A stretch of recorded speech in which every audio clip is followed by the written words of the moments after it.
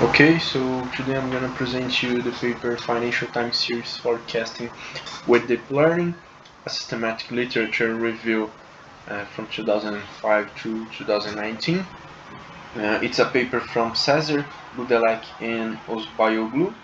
Was published in the Applied Soft Computing Journal in 2020. So this is a brief summary on the presentation. Uh, I'll make you an introduction, then I'll discuss some of the deep learning methods that the authors present in the paper. Next, I'll talk a little bit on financial time series forecasting, show you the current snapshot of the field, and then I'll conclude. Okay, to begin with, what the authors will do here is a literature review on the use of deep learning methods on financial time series forecasting. So what they do is that, well, first they will take a bunch of deep learning methods. They will discuss each one of them and make a brief summary on each one, and then they show us they divide financial time series in a bunch of groups. So we have pricing forecasting, trend forecasting, cryptocurrency forecasting, index forecasting, exchange rate forecasting. So they divide financial time series in a bunch of subfields, and at the end of the paper, what they will do is that they will see which of those deep learning methods are most used in each of the subfields, subsets of financial time series. So that's basically what they do in this paper.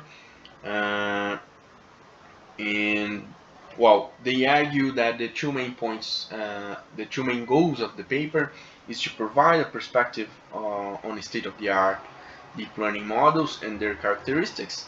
So, as I said, they will discuss briefly a bunch of deep learning methods. If I'm not mistaken, it will be 8 different methods. And the second main goal of the paper is to point which are the most used models in each case for researchers in finance.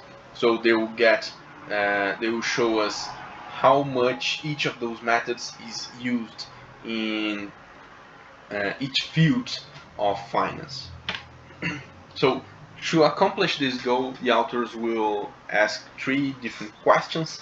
The first one is which deep learning methods are used for financial time series forecasting. So I'll show this to you along with the presentation. Second question is how does the performance of deep learning models compare with their traditional machine learning counterparts? And the last question is what is the future direction of deep learning research for financial time series forecasting? So next I'll proceed to discuss a variety of deep learning methods, and I will explain each one of them for you. So the first method that the authors discuss in the paper is the deep multi-layer perceptron, or DMLP. And what we have in this model, it basically consists of 3 different layers. So we have the input layers, we have the hidden layers, and we have the output layers. Each layer is composed by a number of neurons, and these neurons they are composed by input, weights, and bias terms. And each neuron also has an activation function. So we will have an input on this neuron. It will have a certain weight that we are using W here, plus a bias term.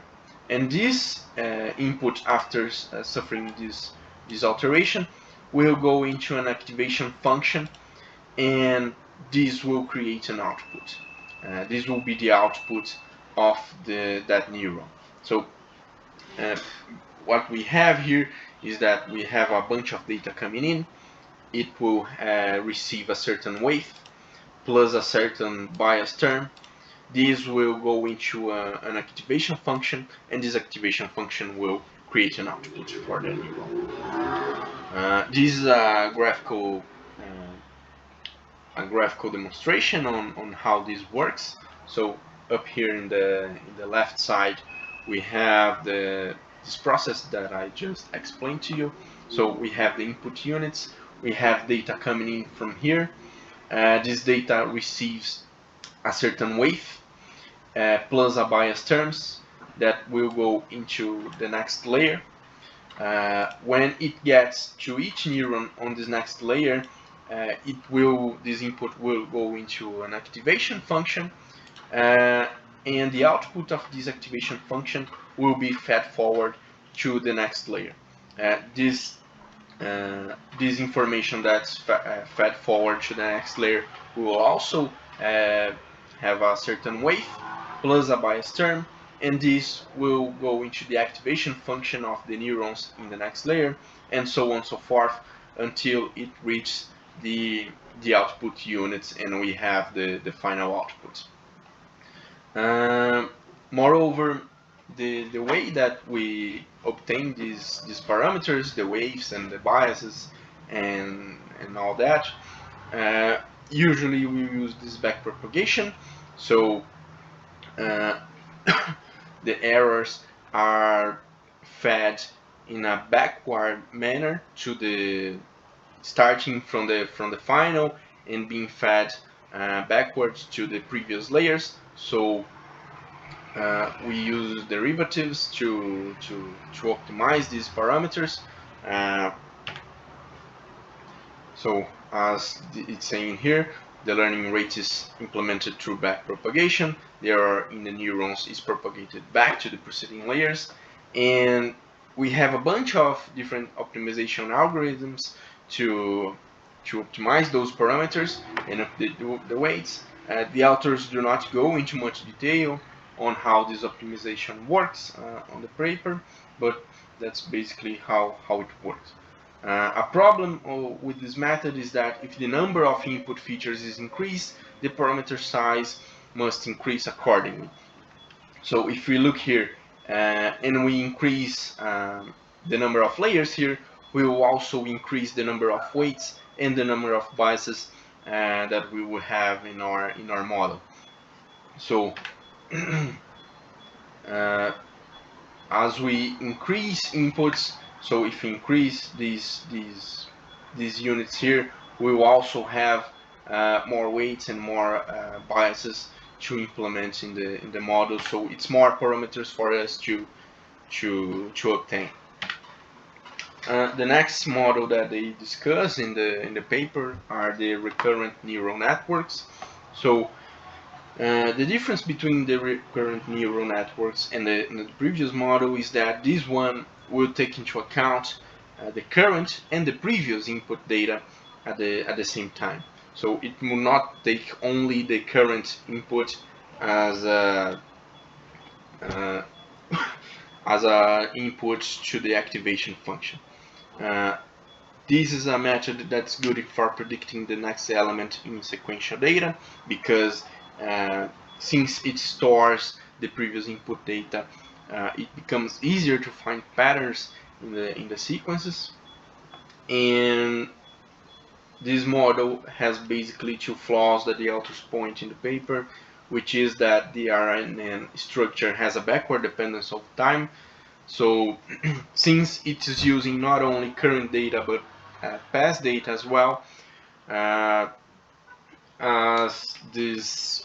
the input increases, you will also increase the complexity because we have more data and the model has to remember more things. Another problem with this model is that it suffers from short-term memory, so it will remember past inputs, but this will have a certain limit. This is just a simple example that I'm gonna show you to better picture what I'm trying to say here. So if I ask you to guess a letter and to guess the next letter, and I give you the letter G, your guess will be kind of random because you can see no pattern when I give you just one letter. But if I give you a sequence of letters like A, B, C, D, E, F, G, and I ask you to guess the next letter, it becomes really easier to guess, to make a guess. Like the most obvious thing to guess here would be an H. So this is kind of the idea on this RNN method. It will look not only at the current inputs, but at the previous inputs as well. This is a graphical representation on how this model works. So we have here, going to the right, the, the periods. So at period t minus 1, we have a certain input x going into the neuron, and this generates an output. On the next period, we'll have not only xt going as an input to the neuron, but the output from the previous period as well. So we have more data and more things that the neuron can work with to find the patterns in the data. So this is an equation that I point in the paper to exemplify this. So the output of the neuron will be the current input times a certain wave plus another parameter w, that's the wave that the neuron is giving to the output from the previous period. So this neuron is taking not only the current inputs, but the inputs from the previous periods as well. The next model is long short-term memory. This is a type of RNN where the network remembers both short-term and long-term values, so it corrects the short-term memory from the RNN.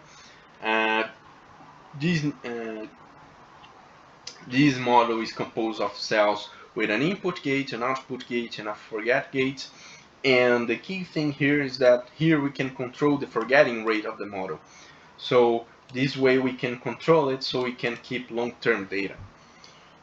So it kind of corrects that short-term memory problem that we had before. The next model that I show in the paper is the convolutional neural networks, or CNNs. It consists of convolutional layers, which refers to a filtering process. When we discussed before, we saw that RNN, the recurrent neural networks, they were able to perceive patterns in time.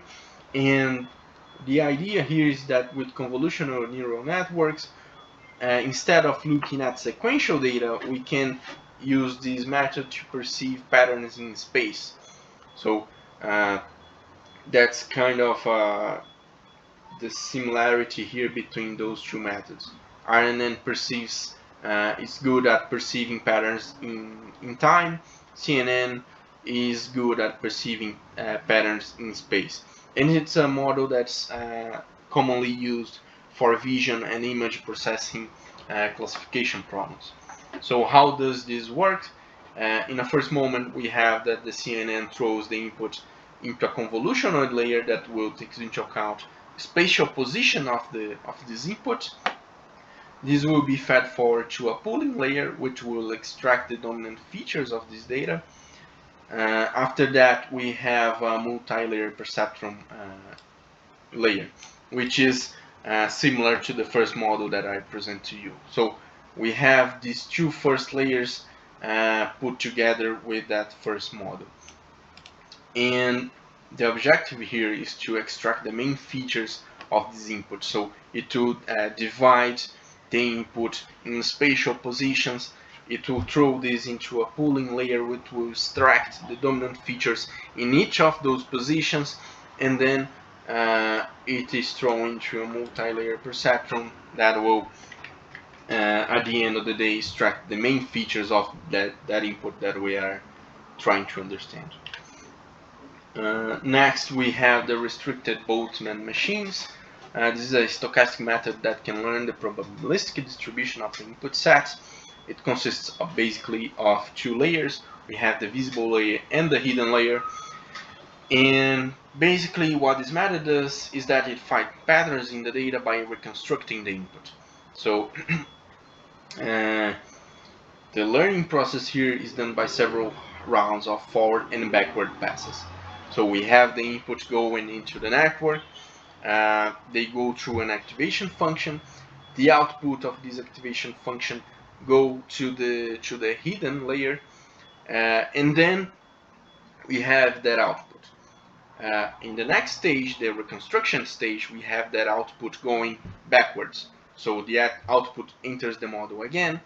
The model, they try to reconstruct the input. The hidden layer try to reconstruct that input, and we can compare the original input with the reconstructed data of the model. And the purpose of this model is to reduce the difference between the reconstructed data and the input data. So this is a visual representation of this model. We have up here the hidden layers, and down here the visible layers.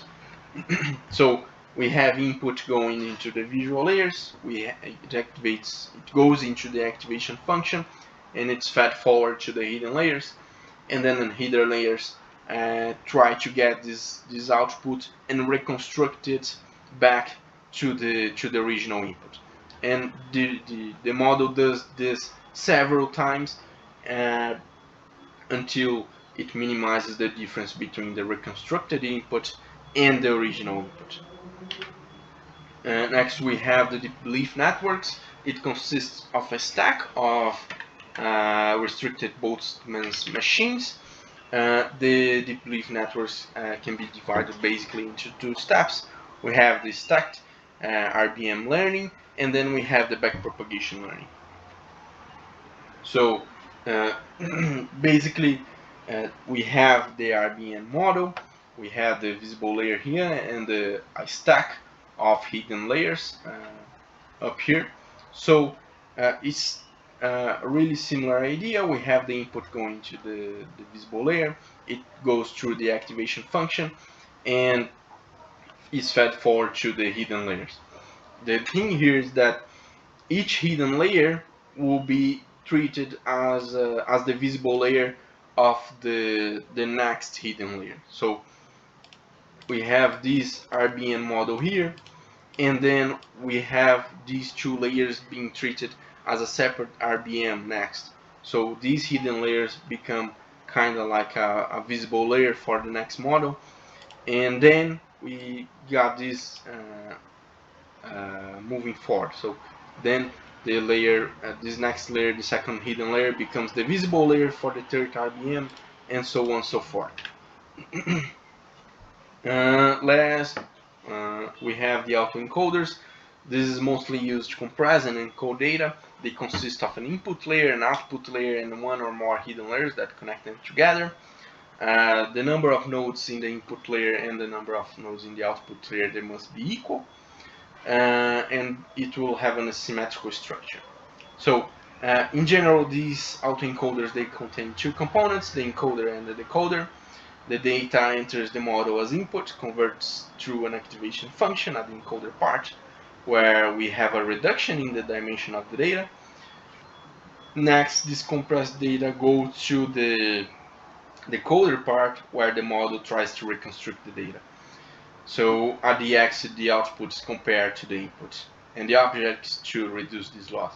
So we have something like two inverted triangles facing each other. We have a bunch of inputs here.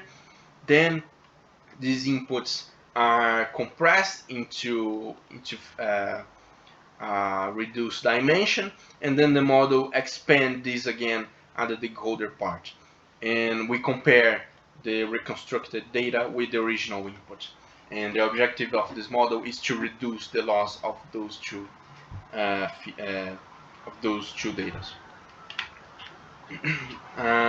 Next, we have the deep reinforcement learning. This is a type of learning that does not require a preliminary data set that has been labeled or clustered before. We have that this reinforcement learning agent learns by interacting with its surrounding and observing the results of those interactions. This is a model that's mainly based on Markov decision processes. This consists of 5 tuples: a state tuple, an action tuple, a Reward function, a state transition probability matrix, and a discount factor. So at the end, the aim of the agent in this model is to maximize the cumulative reward uh, using all those tuples. So leaving the deep learning part and going to financial time series forecasting, the authors clusters the financial time series in 2 main groups. So we have price prediction and we have price movement prediction. So they do this because the second category can be seen as a classification problem. So when we are trying to predict trends, this trend will either go up, it will either go down, or remain neutral. So we have 2 or 3 possibilities. 3 if you consider a neutral move. So this class of financial time series will be treated as a classification problem. Overall, what the authors find when reviewing the literature is that there is a dominance of recurrent neural network models in financial forecasting when it comes to the use of deep learning.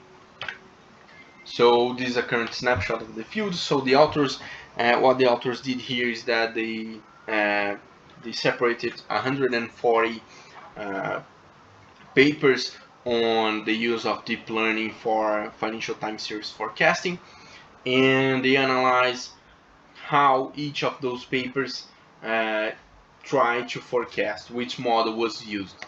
So we have here the different categories of financial time series. We have stock price prediction, index prediction, commodity price, volatility, forex price, cryptocurrency, trends, and forex. And here in the horizontal, in the vertical side, we have the deep learning methods. So we have recurrent neural networks, convolutional neural networks, the multi-layer perceptron, autoencoders, Boltzmann's machines, and so on and so forth. So what we can see is that basically the most used method for financial time series forecasting is the recurrent neural networks. It's the main method for forecasting stock prices, for trend forecasting, and for index forecasting. It's also the main method for commodity price, for volatility, for forex, cryptocurrency, and for all the financial time series actually, the recurrent neural networks are the most used, which makes sense because, as I said before, the recurrent neural networks is a model that's good at understanding patterns in sequential data.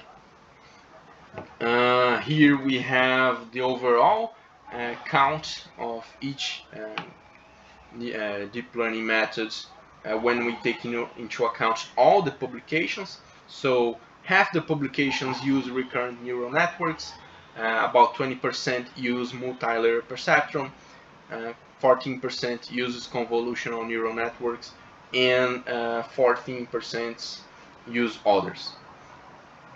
So it's very clear that these 3 methods are the main methods for financial time series forecasting in the literature.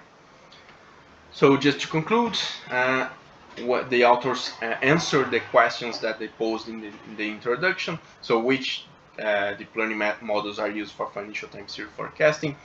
We have the RNN-based models are the most commonly used. We have the convolutional and the multi-layer perceptron also being highly used, mainly in classification time implementations.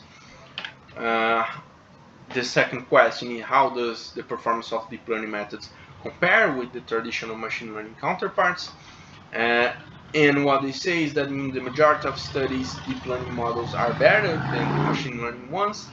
And the reasons for that is that we have big advances in computing power, availability of big data, superior performance, increased features, learning capabilities, and friendlier development environments for deep learning models are among the main reasons for the this migration.